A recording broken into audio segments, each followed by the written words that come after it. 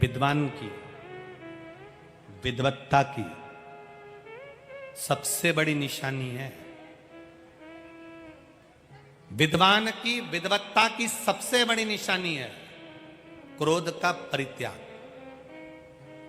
आप बहुत विद्वान हो गए, बहुत विद्वत्ता आप में आ गई, बहुत बड़े विद्वान आप बन गए और मालूम पड़े क्रोध थोड़ा सा रह गया तो वो व्यर्थ है महाराज, बेकार,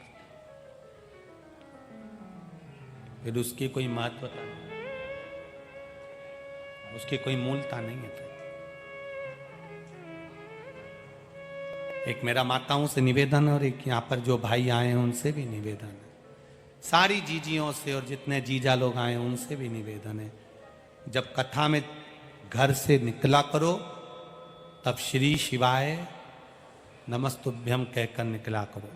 जब भूमि पर कथा सुनकर यहां से जाओ या कथा के बीच में जब भजन आता है, भजन के बाद श्री शिवाय नमस्तुभ्यम कहने का मौका मिलता है तो दिल से अपने मन की बात उस महादेव से कहा करो। जितनी देर आप उससे अपने मन की बात कहोगे वो आपकी मन की बात को सुनेगा, श्रवण करता है। प्रार्थना सुनो शिव पुराण, पंडाल में बैठकर नहीं सुन सकते तो दोपहर में 1 बजे टीवी चैनल के सामने सुनो। नजदीक में रहते हो 7 दिन में से 1 दिन निकालकर शिव महापुराण के चरणों में पहुंचो। माना सुबह जल्दी कथा चालू हो रही है, 8 बजे से लेकर 11 बजे तक कथा है, माना सवेरे 8 बजे से 11 बजे तक हो रही है। कई लोग तो कहते हैं गुरुजी आपकी कथा का ही ठिकाना नहीं रहता, कभी 2 बजे कर देते हो, कभी 1 बजे कर देते हो, कभी 4 बजे कर देते हो, कभी 8 बजे कर देते हो। हम उनसे इतना सा कहना चाहते हैं, कथा का भले ठिकाना नहीं होता तो मौत का कौन सा ठिकाना होता है। भगवान बोल के भेजेगा कि 9 बजे के बाद मरना, अभी मत मरना। भगवान कह के भेजेगा कि इसको 12 बजे के बाद उठाना। जब मौत का समय नहीं है तो शिव भक्ति का भी कोई समय नहीं है। जब मौका मिले तब कथा का स्मरण करो, सारी समस्या का हल जब तुम्हारा मन कर जाए, जब तुम्हारा चित्त लग जाए, जब तुम्हारा दिल लग जाए, तब शिव के द्वार जाओ, तब भगवान की चौखट पर अड़भंगा बैठा है, अलमस्त। एक बात कहेंगे, लोग कहते हैं गुरुजी पंढरपुर में हरि विट्ठल जी विराज रहे हैं, पंढरपुर में हरि विट्ठल, पर मेरा विश्वास कहता है पंढरपुर में केवल अकेला हरि विट्ठल नहीं, हरि और हर दोनों पंढरपुर में विराज रहे हैं। साधारण नहीं है। एक बार मन तो बहुत है, बाबा की अगर कृपा होगी ना तो आप लोगों को सूचना जरूर देंगे जल्दी से जल्दी। एक तो क्या है, पंढरपुर डायरेक्ट हमारे इधर से ट्रेन नहीं चलती, नहीं तो एक कथा तो पंढरपुर में हम कब का कर देते बाबा की कृपा से। और प्रयास करेंगे, हम भी प्रयास विट्ठल सेवा समिति से कहेंगे कि समिति प्रयास करे, जैसे उज्जैन में एक करा, ऐसे ही एक हरि विट्ठल चंद्रभागा के तट पर जब पानी कम हो और लंबा चौड़ा टेंट लगा हो और सब, चाहे वारकरी संप्रदाय के हों, चाहे राम संप्रदाय के, चाहे कृष्ण संप्रदाय के, शिव संप्रदाय के, सब मिलकर हरि विट्ठल पांडुरंगा करते करते श्री शिवाय नमस्तुभ्यम का स्मरण हो, प्रयास करेंगे। और जैसे जैसे यहाँ दुबे जी ने भंडारा चला रहे हैं, कोई कहीं भंडारा चला रहा है, कोई पानी की बोतल बांट रहा है, ऐसा पंढरपुर में भी एक बार ऐसा बाबा के चरणों में ऐसा योग बने कि कथा तक तो बाबा संभाल ले और भोजन भंडारा हरि विट्ठल खुद संभाल लेगा, तो फिर तो हो गई कथा।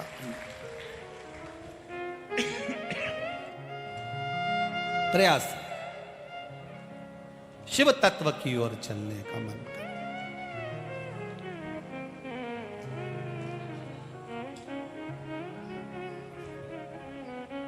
महाराज शिव कथा कर रही है, भगवान शंकर का संवाद कर रहा है।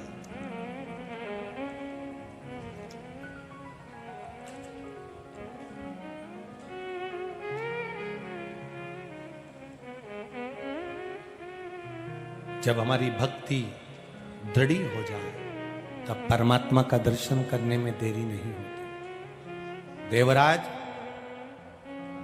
चोरी का धन लेकर बाहर निकल गया मंदिर से, पेड़ के नीचे बैठा था, प्राण छूट गए। इसको नहीं मालूम कि ये पेड़, ये वृक्ष बेलपत्री का है, इसको ये ज्ञात ही नहीं है।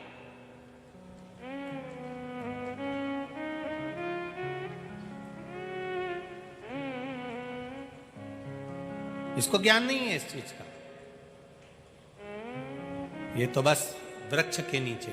शिव महापुराण की कथा कहती है, किसी मुर्दे को अर्थी पर बांध कर ले जा रहे हो और वो मुर्दा भी अगर बेलपत्रे के पेड़ की छांव के नीचे से निकल जाए तो उसको ना तो तर्पण की जरूरत पड़ती है, ना पिंड की जरूरत पड़ती है, ना ब्राह्मण भोज की जरूरत पड़ती है, वो सीधे बैकुंठ चला जाता। बेलपत्री के वृक्ष की मात्र छांव व्यक्ति का कल्याण कर देती।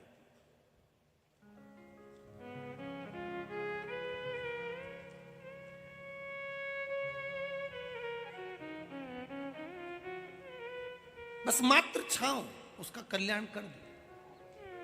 आप प्रयास करा करो, जितने किडनी के, जिसको बीमारी हो, जिसको लीवर की बीमारी हो, जिसको कैंसर की बीमारी हो, जिसको थायराइड की बीमारी हो, जिसको कोई बड़ा रोग लग गया हो, जिसके शरीर में गांठ पड़ रही हो, हम उनसे निवेदन करेंगे, आप प्रयास करा करो, हफ्ते भर में एक दिन बेलपत्री के पेड़ के नीचे बैठना है। बेलपत्री के पेड़ के नीचे एक लोटा जल कंकर शंकर मानकर, हमें कोई शिवलिंग का निर्माण नहीं करना है, बस वृक्ष की जड़ में कंकर शंकर को जानते हुए, शिवलिंग मानते हुए, बेलपत्री की जड़ में एक लोटा जल धीरे धीरे चढ़ाना है और श्री शिवाय नमस्तुभ्यम कहना है। अगर श्री शिवाय नमस्तुभ्यम नहीं भी कहो तो पंचाक्षर मंत्र का जाप करो, नमः शिवाय। बन सके तो षडाक्षर मंत्र का जाप करो, ओम नमः शिवाय। ये भी नहीं कर सकते तो द्वादश अक्षर मंत्र का जाप करो, ओम नमो भगवते वासुदेव। ये भी नहीं कर सकते तो 2 अक्षर का जाप करिए राम। ये भी नहीं कर सकते तो 2.5 अक्षर का करिए कृष्ण। जाप करो।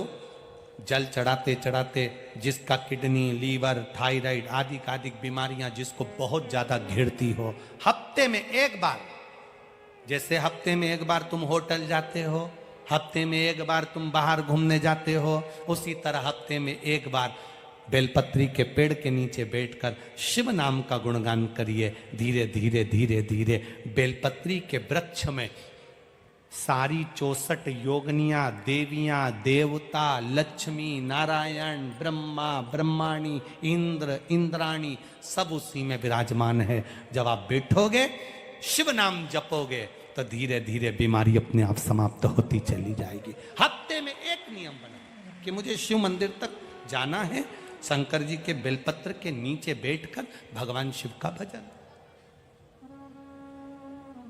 नियम बनाओ। किस किस के मोहल्ले में बेलपत्री का पेड़ लगा है? हाथ उठाओ जरा। लगा है सबके यहाँ? रखो हाथ नीचे। एक बात बहुत अच्छे से ध्यान करना, जो बेलपत्री का पौधा आपके सिर से ऊपर हो, उसी बेलपत्री के पौधे की पत्ती को लेना चाहिए। जो पौधा आपके सिर से नीचा हो, उस बेलपत्री के पौधे की पत्तियों को नहीं तोड़ना चाहिए, क्योंकि वो कुंवारा रहता है, छोटा रहता है। छोटे के कारण बस उसकी पत्तियों को नहीं तोड़ा जाता। जो बड़ा हो, जिसकी छाया हमारे ऊपर आ रही, जिसकी छांव हमारे ऊपर आ, कई लोगों को हम कहते हैं बेलपत्री के पौधे की पूजन करना चाहिए, बेलपत्री के पेड़ की पूजन करना चाहिए, तो उन्होंने गमले में इतना बड़ा पौधा लगा लिया, उसी की पूजन कर लेती हैं, उसी की पत्ती तोड़ लेती हैं। अब जरा विचार करो, पौधे में जो तुमने गमले में बेलपत्री का पौधा लगाया वो छोटा है, उसकी छाया हमारे ऊपर नहीं पड़ रही। हमारे शास्त्र क्या कहते हैं?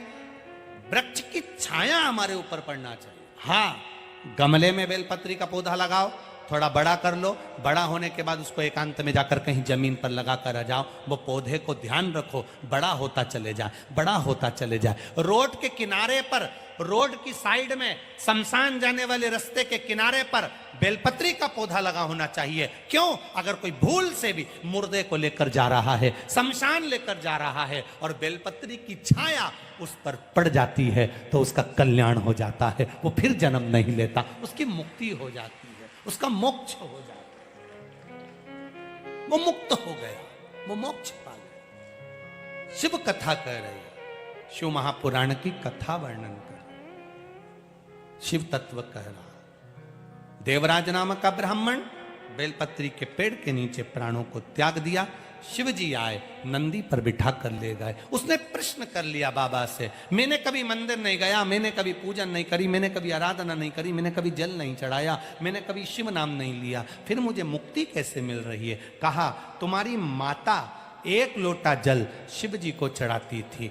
जिस घर का एक व्यक्ति भी अगर शंकर को जल चढ़ा रहा है, प्रतिदिन शिव मंदिर में जल चढ़ा रहा है, उसकी 71 पीढ़ी तर जाती है, उसको फिर कोई जरूरत नहीं पड़ती है। एक भी चढ़ा,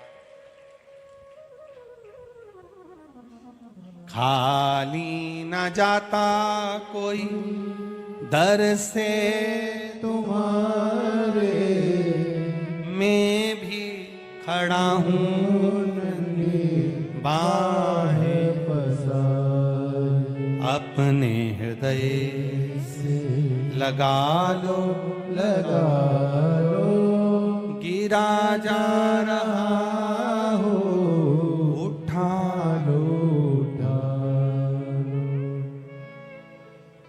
कहे लो, कहने आपकी भक्ति प्रबल हो। देवराज देवयोग को प्राप्त हुआ। बिंदुक नाम का ब्राह्मण चोरी का धन लेकर पानी में गिर गया, मर गया। सर्प के डसे से,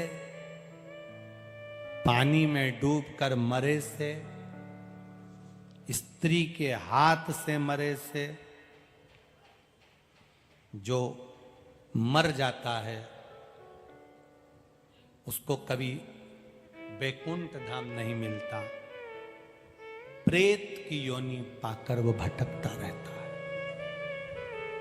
ये कई लड़के होन, कई नवयुवक छोरे होन, बेटा होन, ऐसे हैं।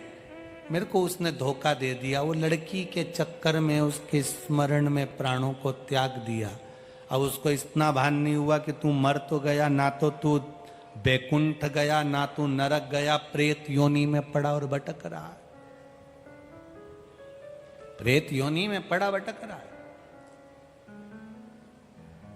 पानी में डूबकर कोई मर गया, स्त्री के हाथ से कोई मर गया, पानी में डूबकर कोई मर गया, नारी के चक्कर में मर गया, सर्प के डसे से मर गया, उसकी मुक्ति नहीं है साहब, मोक्ष नहीं है उसका, उसकी गति नहीं संवरती,